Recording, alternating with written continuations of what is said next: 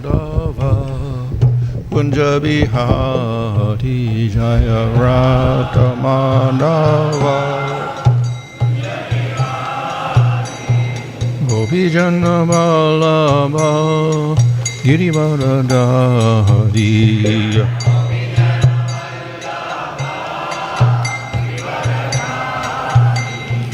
Yasoda Nandana Brajana Ranjana Jamunatira Vanachari Jamunatira Jaya Radha Madhava Kunjabihari Jaya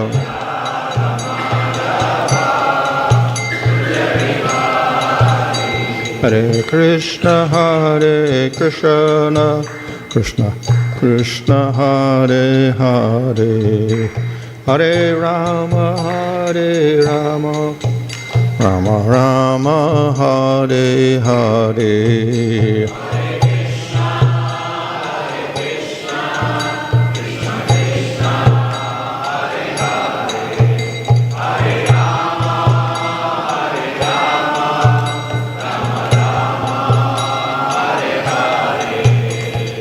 Prabhupada, Prabhupada, Prabhupada Jaya, Prabhupada Jaya, Prabhupada Jaya, Prabhupada, Prabhupada Jaya, Prabhupada.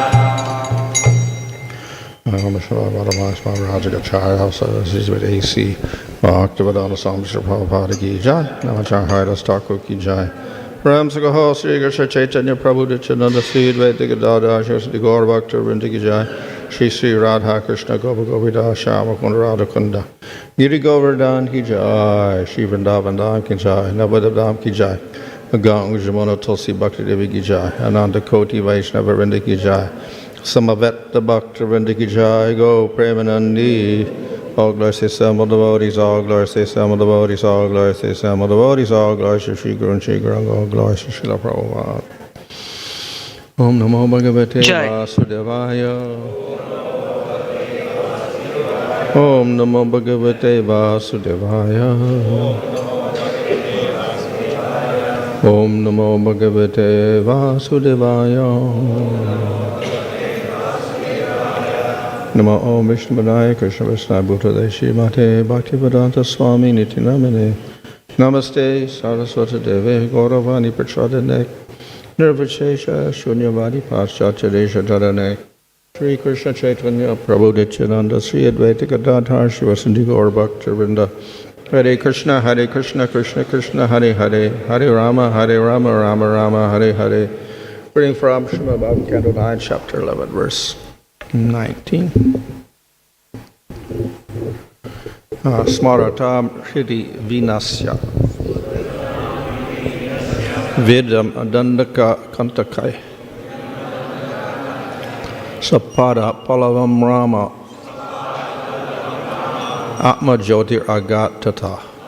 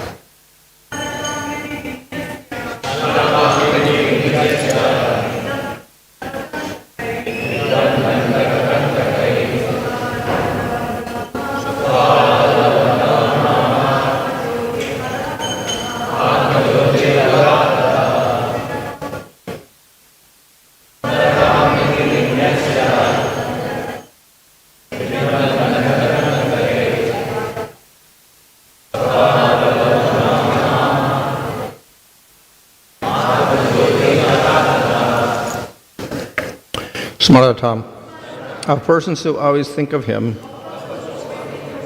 hṛdi, in the core of the heart, vinyasya, placing, viddhaṁ, pierced, daṇḍaka-kaṇṭakaiḥ, by thorns in the forest of Daṇḍakāraṇya,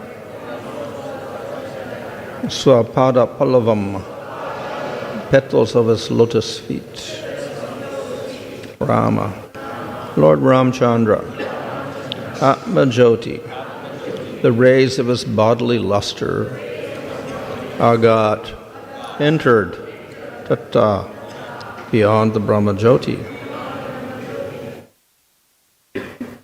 Translation: after completing the sacrifice, Lord Rāmacandra, whose lotus feet were sometimes pierced by arrows or thorns when he lived in Daṇḍakāraṇya, placed those lotus feet in the hearts of those who always think of him. And then he entered his own abode, the Vaikuṇṭha planet beyond the brahmajyoti. Purport: the lotus feet of the Lord are always a subject matter for meditation for devotees. Sometimes when Lord Rāmacandra wandered in the forest of Daṇḍakāraṇya, thorns pricked his lotus feet. The devotees, upon thinking of this, would faint. The Lord does not feel pain or pleasure from any action or reaction of this material world, but the devotees cannot tolerate even the pricking of the Lord's lotus feet by a thorn. This was the attitude of the gopis when they thought of Krishna wandering in the forest with pebbles and grains of sand pricking his lotus feet. This tribulation in the heart of a devotee cannot be understood by karmis, gyanis, or yogis. The devotees who could not tolerate even thinking of the Lord's lotus feet being pricked by a thorn were again put into tribulation by thinking of the Lord's disappearance, where the Lord had to return to his abode after finishing his pastimes in this material world. The word ātma-jyotir is significant. The brahmajyoti, which is greatly appreciated by gyanis or monistic philosophers who desire to enter it for liberation, is nothing but the rays of the Lord's body. Yasya prabha prabhavato jagadanda-koti kotishvasesha asudadi vibhuti vinnam tat brahmanishkalamanantam ashesha bhutam govindam adipurusham tamaham bhajami. I worship Govinda, the primeval Lord who is endowed with great power. The glowing effulgence of his transcendental form is the impersonal Brahman, which is absolute, complete, and unlimited, and which displays the varieties of countless planets with their different opulences in millions and millions of universes. The brahmajyoti is the beginning of the spiritual world, and beyond the brahmajyoti is the Vaikuṇṭha planets. In other words, the brahmajyoti stays outside the Vaikuṇṭha planets, just as the sunshine stays outside the sun. To enter the sun planet must go through the sunshine. Similarly, when the Lord or his devotees enter the Vaikuṇṭha planets, they go through brahmajyoti. The gyanis, or monistic philosophers, because of their impersonal conception of the Lord, cannot enter the Vaikuṇṭha planets, but they also cannot stay eternally in brahmajyoti. Thus, after some time, they fall again to this material world. Aruhi krikshena param padam tada patantino nadirta yusvadangrayaha. The Vaikuṇṭha planets are covered by brahmajyoti, and therefore one cannot properly understand what those Vaikuṇṭha planets are unless one is a pure devotee. Now, so this verse describes the Lord's departure from the material world. இந்த பதம் பௌதிக உலகத்திலிருந்து பகவான் மறைவதை விளக்குகிறது. So it says he entered or attained his abode. அவர் தன்னுடைய தாமத்தை அடைந்தார் என்று இங்கே குறிப்பிடப்படுகிறது. And at the same time, we also know the Lord is eternally in his abode. அதே சமயத்தில் நமக்கு தெரியும் பகவான் நித்தியமாக அவருடைய தாமத்தில் இருக்கிறார். While he's on earth, he is not in a different place. He's also in Vaikuṇṭha. அவர் பூமியில் இருக்கும் பொழுதும் அவர் வேறு இடத்தில் இருப்பதில்லை. அதே சமயத்தில் அவர் வைகுண்டத்திலும் இருக்கிறார். Just as when Krishna lived in Vrindavan or in Dwarka or Mathura, actually he's also living in the spiritual world. உதாரணத்துக்கு கிருஷ்ணர் விருந்தாவனத்தில் இருந்த பொழுதும் துவாரகையில் இருந்த பொழுதும் மதுராவில் இருந்த பொழுதும் உண்மையில் அவர் ஆன்மீக உலகத்திலும் இருந்தார். So the Lord doesn't have to go anywhere. எனவே பகவான் எங்கும் செல்ல வேண்டிய அவசியம் இல்லை. He's already in the spiritual world. அவர் ஏற்கனவே ஆன்மீக உலகத்தில் தான் இருக்கிறார். However, the Lord, when he appears in this material world, does not stay forever, so he disappears. எப்படி இருப்பினும் பகவான் இந்த பௌதிக உலகத்தில் தோன்றும் பொழுது இங்கேயே எப்பொழுதும் இருப்பதில்லை. எனவே அவர் மறைகிறார். Yeah, so we don't call it a birth and a death, we call it an avirbhav and a tirobhav. அதை நாம் பிறப்பு இறப்பு என்று அழைப்பதில்லை, அவ்யபாவம் திரோபாவம் என்று அழைக்கிறோம். So though it is said that the Lord disappears and goes to his own abode, our acharyas also explain actually Krishna doesn't disappear at all. We cannot see him, but he's still in Vrindavan. If you have the eyes, you can see Krishna in Vrindavan even now. So in one sense, he didn't go anywhere. எனவே பகவான் மறைந்த ஆன்மீக உலகத்திற்கு சென்றாலும் ஆச்சாரியர்கள் குறிப்பிடுகிறார்கள், உண்மையில் பகவான் மறைவதே இல்லை, இப்பொழுதும் பிருந்தாவனத்தில் தான் இருக்கிறார். நமக்கு அதை பார்க்கும் சக்தியுடைய கண்கள் இருந்தால் நம்மால் இப்பொழுதும் கிருஷ்ணரை பிருந்தாவனத்தில் பார்க்க முடியும் என்று கூறுகிறார்கள். However, from the materialistic point of view, Krishna will appear and disappear. இருப்பினும் பௌதிகவாதிகளின் கண்ணோட்டத்தில் கிருஷ்ணர் தோன்றி மறைகிறார். And therefore he makes some arrangement for that. எனவே இதற்காக அவர் சில ஏற்பாடுகளை செய்கிறார். He can appear in any way he wants. அவர் விருப்பம் போல் எப்படி வேண்டுமானாலும் அவர் தோன்றலாம். So as Nrsimhadev, he didn't have a mother or father, he just burst out of a pillar. Narasinga தேவராக அவர் தோன்றும் பொழுது அவருக்கு தாய் தந்தையர் இல்லை, ஒரு தூணிலிருந்து அவர் வெளிப்பட்டார். As Varaha, he appeared from the nostril of Brahma. வரஹ தேவராக அவர் பிரம்மதேவரின் நாசியிலிருந்து தோன்றினார். But often he appears to have a mother and father. ஆனால் அடிக்கடி அவர் ஒரு தாய் தந்தையர் அவர்களிடமிருந்து தோன்றுவது போல் தோன்றுகிறார். And it looks like he is born. எனவே அவர் பிறப்பது போல் நமக்கு தெரிகிறது. So therefore we have the birth of Krishna in Mathura through Vasudeva and Devaki in the prison. எனவே தான் மதுராவில் சிறைச்சாலையில் வாசுதேவர் தேவகிக்கு கிருஷ்ணர் பிறந்தார் என்று நாம் குறிப்பிடுகிறோம். And similarly, Rāmacandra seems to take a birth from mother and father. அதே போல பகவான் ராமச்சந்திரமூர்த்தியும் தாய் தந்தையரிடமிருந்து பிறந்தார் என்பது போல காட்சியளிக்கிறார். But again, our acharyas always say this is not a real birth. ஆனால் மீண்டும் நம்முடைய ஆச்சாரியர்கள் குறிப்பிடுகிறார்கள், இது உண்மையான பிறப்பு இல்லை. This is simply one pastime of the Lord that occurs within the material world. இது பௌதிக உலகத்தில் நடக்கும் பகவானின் ஒரு லீலையாகும். And simultaneous with his so-called birth in the material world, the Lord is eternally existing in the spiritual world. பகவான் இந்த உலகத்தில் பிறக்கும் பொழுது அதே சமயத்தில் நித்தியமாக பகவான் ஆன்மீக உலகத்திலும் இருக்கிறார். This is unlike the jivas in the material world. இது பௌதிக உலகத்தில் இருக்கும் ஜீவாத்மாக்களிடமிருந்து மாறுபட்டு இருக்கிறது. So the jiva takes a material birth with a material body, then dies, and then the jiva gets another material body by karma. ஜீவாத்மாக்கள் பௌதிகமாக பிறக்கிறது, பௌதிகமான சரீரத்தை ஏற்கிறது, சிறிது காலத்திற்கு பிறகு இறக்கிறது, மீண்டும் இன்னொரு பிறப்பின் மூலமாக இன்னொரு பௌதிக சரீரத்தை ஏற்கிறது கர்ம வினைக்கேற்ப. But for the Lord there is no karma, there's no material bodies. ஆனால் பகவானுக்கு கர்ம வினையும் இல்லை, பௌதிக உடலும் இல்லை. And though we speak of the birth and disappearance of the Lord, actually he's beyond appearance and disappearance. எனவே நாம் பகவானின் பிறப்பு மற்றும் மறைவு போன்றவற்றை பற்றி பேசும் பொழுது உண்மையில் பகவான் தோற்றம் மறைவிற்கு அப்பாற்பட்ட நிலையில் இருக்கிறார். Nevertheless, the Lord appears at certain times in the material world, but he does not stay forever. He will disappear. இருப்பினும் பகவான் ஒரு குறிப்பிட்ட காலத்திற்கு பௌதிக உலகத்தில் தோன்றுகிறார், ஆனால் இங்கேயே இருப்பதில்லை, சில காலம் கழித்து மறைந்து விடுகிறார்.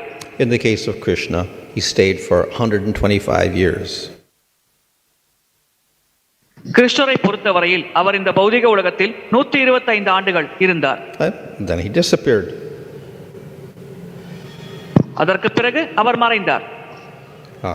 And similarly, Rāmacandra appears, he stays for thousands and thousands of years. அதேபோல் ராமச்சந்திர பகவான் தோன்றிய பொழுது ஆயிரக்கணக்கான ஆண்டுகள் அவர் இந்த பௌதிக உலகத்தில் இருந்தார். The previous verse describes that he performed Agnihotra Yajna for 13,000 years after Sita had entered the earth. Sita பூமிக்குள் நுழைந்த பிறகு அவர் 13,000 ஆண்டுகள் அக்னிஹோத்திர யஜ்யம் செய்தார் என்று முந்தைய பதத்தில் விளக்கப்பட்டுள்ளது. So he stayed a considerable time, but then again he disappeared. அவர் ஒரு குறிப்பிட்ட காலத்திற்கு இந்த பூமியில் இருந்தார், ஆனால் அதற்கு பிறகு அவர் மறைந்தார். So like the appearance, the disappearance is an arrangement of the Supreme Lord. எனவே இவ்விதமாக தோன்றி மறைவது பரமபுருஷ பகவானின் ஒரு ஏற்பாடாகும். So we say that the Lord disappeared and went to his abode. பகவான் மறைந்து அவருடைய தாமத்தை அடைந்து விட்டார் என்று நாம் கூறுகிறோம். But as I said, actually he's eternally in his abode anyway. ஆனால் நான் முன்பே கூறியது போல் அவர் நித்தியமாக அவருடைய தாமத்தில் இருக்கிறார். And similarly with Krishna, the story is told in the later in the Bhagavatam how he got shot in the foot and then he left his body. பாகவத்தின் பிற்பகுதியில் கிருஷ்ணரின் காலில் அம்பு துளைத்து கிருஷ்ணர் தன்னுடைய உடலை விட்டார் என்று குறிப்பிடப்பட்டுள்ளது. Or actually a chariot came down and took him to his abode. அல்லது மேலிருந்து ஒரு ரதமானது கீழே வந்து கிருஷ்ணரை தன்னுடைய தாமத்திற்கு அழைத்து சென்றது என்று குறிப்பிடப்படுகிறது. But it is also said the Lord resides eternally in Dwarka. ஆனால் பகவான் நித்தியமாக துவாரகையில் இருக்கிறார் என்றும் கூறப்படுகிறது. So he stays in Dwarka eternally. Simultaneously he seems to get on a chariot and go to Vaikuṇṭha.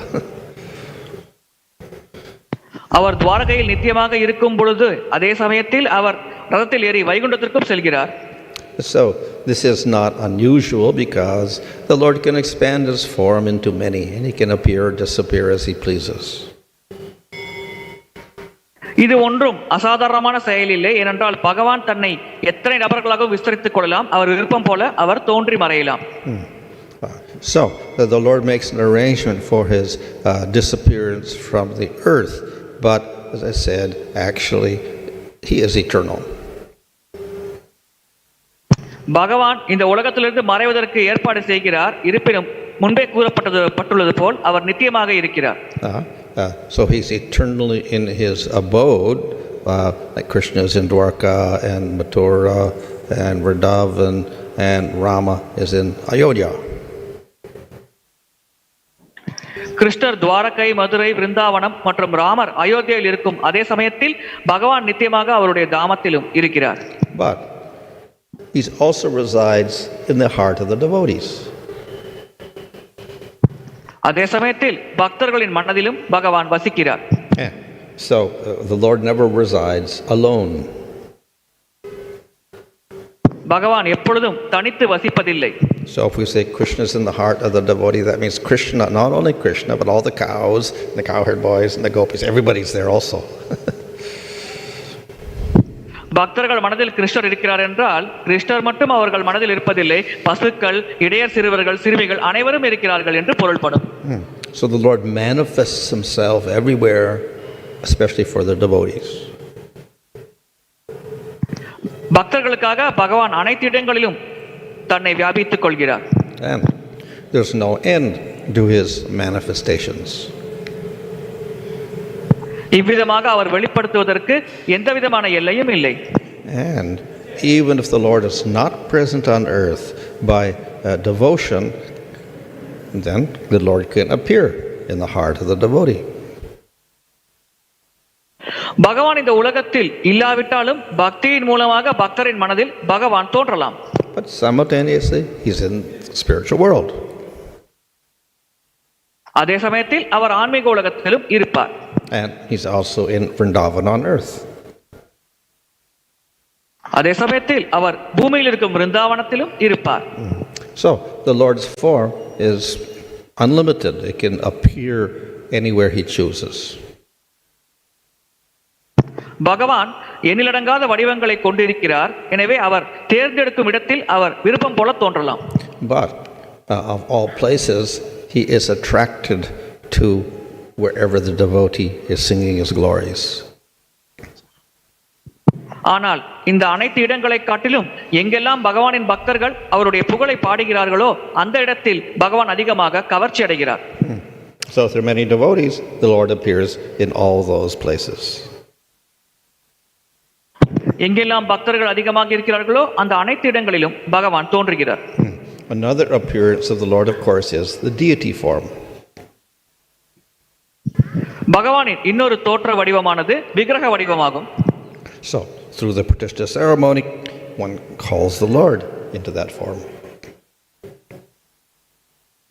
ஒரு குறிப்பிட்ட சடங்கின் மூலமாக பகவானை அந்த வடிவத்திற்குள் ஒருவர் அழைக்கிறார். And then that form becomes non-different from the Lord. அதற்கு பிறகு அந்த வடிவத்திற்கும் பகவானிற்கும் எந்த வேறுபாடும் இல்லாமல் போகிறது. And then people come to the temple and they worship that form. அதற்கு பிறகு மக்கள் ஆலயத்திற்கு வந்து அந்த வடிவத்தை வழிபடுகிறார்கள். So because the Lord is unlimited, expands himself unlimitedly, he expands himself into the deity form. பகவான் அளவிட முடியாதவர், அவர் அளவிட முடியாத வடிவங்களுக்கு தன்னை விஸ்தரித்துக் கொள்கிறார். அதே போல விக்கிரக வடிவத்திலும் தன்னை விஸ்தரித்துக் கொள்கிறார். However, though the Lord is in the temple in the deity form, we don't even have to go to the temple, because if you're a devotee, then the Lord is also in the heart. பகவான் விக்கிரக வடிவத்தில் ஆலயத்தில் இருந்தாலும் நாம் ஆலயத்திற்கு செல்ல வேண்டிய அவசியமில்லை. ஏனென்றால் நீங்கள் பக்தராக இருந்தால் ஏற்கனவே பகவான் உங்கள் மனதில் இருக்கிறார். So one can personally worship the Lord in the heart rather than go to the temple. மனதில் இருக்கும் பகவானை ஒருவர் வழிபடலாம். ஆலயத்திற்கு செல்வதற்கு பதிலாக இந்த வழிமுறையை ஒருவர் கடைபிடிக்கலாம். In any case, the main factor here that produces the presence of the Lord is the devotion. எப்படி இருப்பினும் பிரதானமான காரணி, பகவானின் இருப்பை நிர்ணயம் செய்யும் பிரதானமான காரணி பக்தியே ஆகும். And what is the easiest way to manifest that devotion or express that devotion? It is Nam Sankirtan. அந்த பக்தியை வெளிப்படுத்துவதற்குண்டான சுலபமான வழிமுறை நாம சங்கீர்த்தனமாகும். And thus the Lord says, I'm not in the heart of the yogis, I'm not in this place or that place or the temples. I'm at that place where the devotee is chanting my glories. அதனால் தான் பகவான் கூறுகிறார், நான் யோகிகள் மனதிலோ இந்த இடத்திலோ அந்த இடத்திலோ இருப்பதில்லை. எங்கெல்லாம் பக்தர்கள் என்னுடைய மகிமைகள் புகழை பாடுகிறார்களோ அங்கெல்லாம் நான் இருக்கிறேன் என்று பகவான் கூறுகிறார். So the Lord is also non-different from his name. பகவானிற்கும் அவருடைய நாமத்திற்கும் எந்த வேறுபாடும் இல்லை. He's not different from the deity, he's also non-different from the name. பகவானுக்கும் விக்கிரகத்திற்கும் எந்த வேறுபாடும் இல்லை, பகவானுக்கும் அவருடைய நாமத்திற்கும் எந்த வேறுபாடும் இல்லை. And everybody at all places at all times can chant the name, so therefore the Lord appears in all those places. அனைவரும் அனைத்து சமயங்களிலும் அனைத்து இடங்களிலும் பகவானின் நாமத்தை ஜபிக்கலாம். அவ்வப்போது அப்படி ஜபிக்கும் பொழுது பகவான் அந்தந்த இடங்களில் தோன்றுகிறார். And thus Nam Sankirtan is recommended as the Yuga Dharma. எனவே நாம சங்கீர்த்தனம் யுக தர்மமாக பரிந்துரை செய்யப்படுகிறது. It produces the appearance of the Lord, it produces the Dhamma of the Lord. அது பகவானின் தோற்றத்தை உருவாக்குகிறது, பகவானின் தாமத்தை உருவாக்குகிறது. Hare Krishna.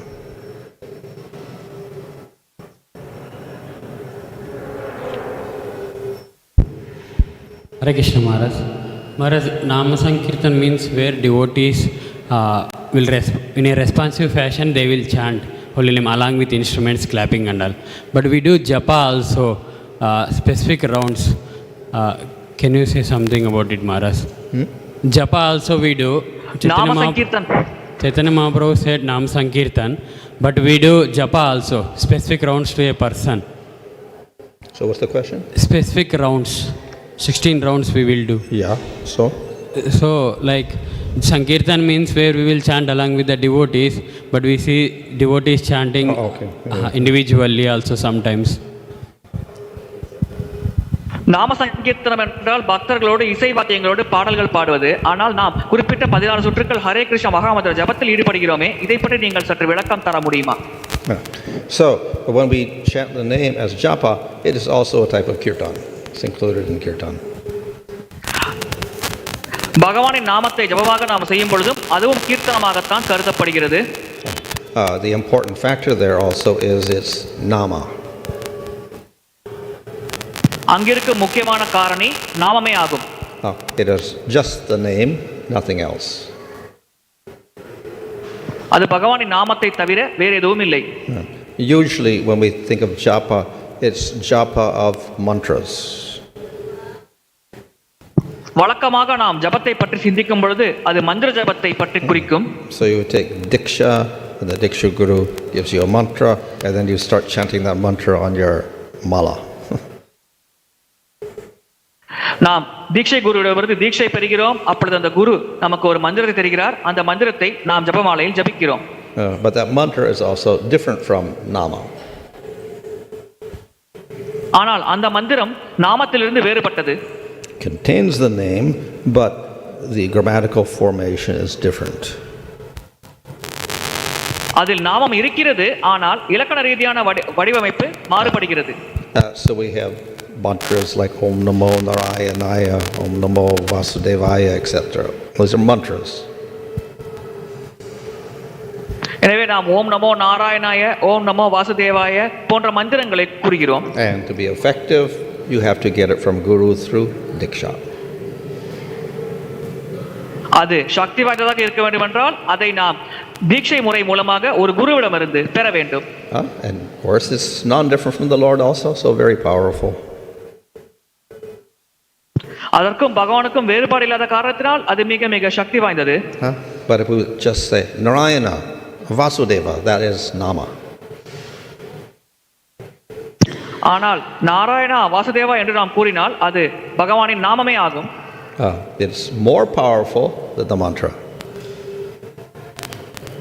அது மந்திரத்தை காட்டிலும் மிக மிக சக்தி வாய்ந்தது. It does not require diksha. அதற்கு தீட்சை தேவையில்லை.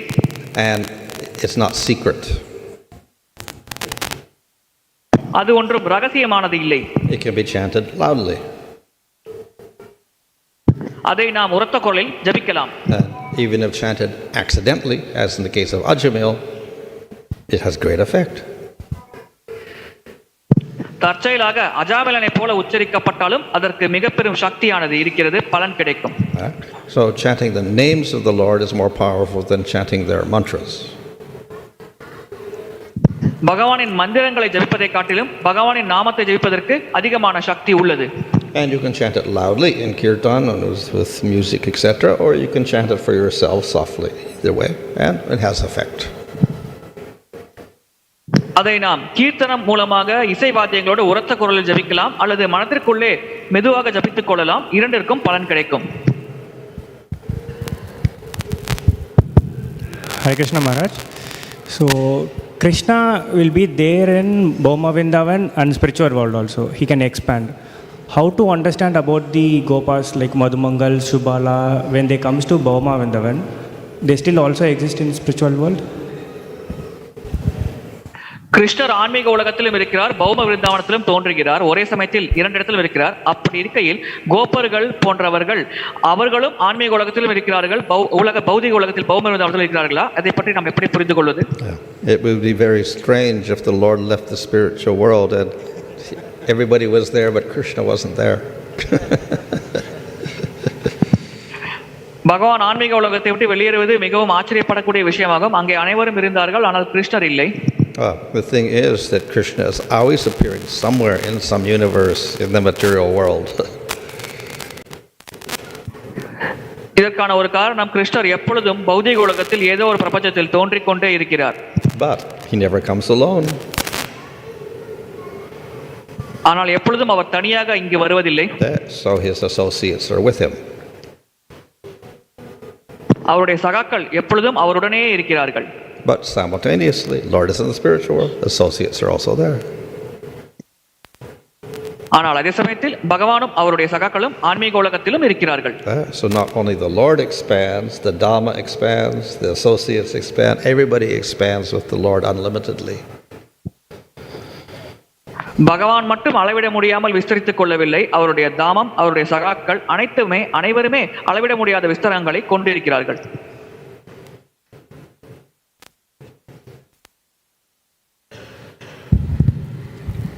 Hare Krishna Maharaj, the Lord is non-different from His name, but during our chanting, a lot of thoughts keep coming. So, how do we reach or realize that Shuddhanam state, Maharajji? பகவானுக்கும் அவருடைய நாமத்திற்கும் எந்த வேறுபாடும் இல்லை. ஆனால் நாம் நாமஜபம் செய்யும் பொழுது பலவிதமான எண்ணங்கள் நம்முடைய மனதில் ஓடுகிறது. எனவே இதையெல்லாம் கடந்து எப்படி நாம் சுத்த நாம ஜபம் என்ற நிலையை அடைய முடியும்? One part of the purity is we have the correct understanding of the position of Krishna and the name. அந்த தூய்மையின் ஒரு பகுதி என்னவென்றால் பகவானின் கிருஷ்ணரின் நாமம் மற்றும் அவருடைய நிலையை பற்றி நாம் சரியாக புரிந்து கொள்வது. And thus we need scriptural knowledge. இதற்கு நமக்கு சாஸ்திர ஞானம் தேவைப்படுகிறது. Another aspect of purity is we should not chant with material desires. அந்த தூய்மையின் இன்னொரு அம்சம் என்னவென்றால் பௌதிகமான ஆசைகளோடு நாம் நாம ஜபம் செய்யக்கூடாது. At the stage of sadhana, ultimately we are not pure. சாதன பக்தி நிலையில் இறுதியாக நாம் தூய்மையாக இருப்பதில்லை. But at least in our sadhana, we do not continually pray to fulfill our material desires. ஆனால் குறைந்தபட்சம் சாதன பக்தியில் நாம் தொடர்ச்சியாக நம்முடைய பௌதிக ஆசைகள் நிறைவேற வேண்டும் என்று பிரார்த்தனை செய்வதில்லை. So anarthas may be there and distractions may be there, but because we're not praying for material desires or desire for liberation or yoga siddhis, etc., in our execution of bhakti, then it is called pure. அனர்த்தங்கள் கவனச்சிதறல்கள் இருந்தாலும் நாம் பௌதிகமான ஆசைகள் அல்லது யோக சித்தி அல்லது முக்தி போன்றவற்றிற்கு பிரார்த்தனை செய்யாத காரணத்தினால் அது தூய்மையானதாக கருதப்படுகிறது. By continual practice, the anarthas will go, distractions will go. தொடர்ந்து பயிற்சியில் ஈடுபடுவதன் மூலமாக அனர்த்தங்கள் நீங்கிவிடும், கவனச்சிதறல்கள் நீங்கிவிடும். Online question, please.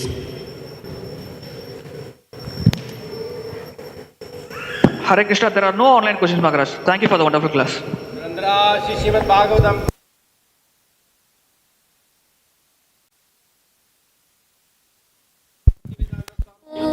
Bhagavate Vasudevaya. Hare Krishna. Om Namo Bhagavate Vasudevaya. Om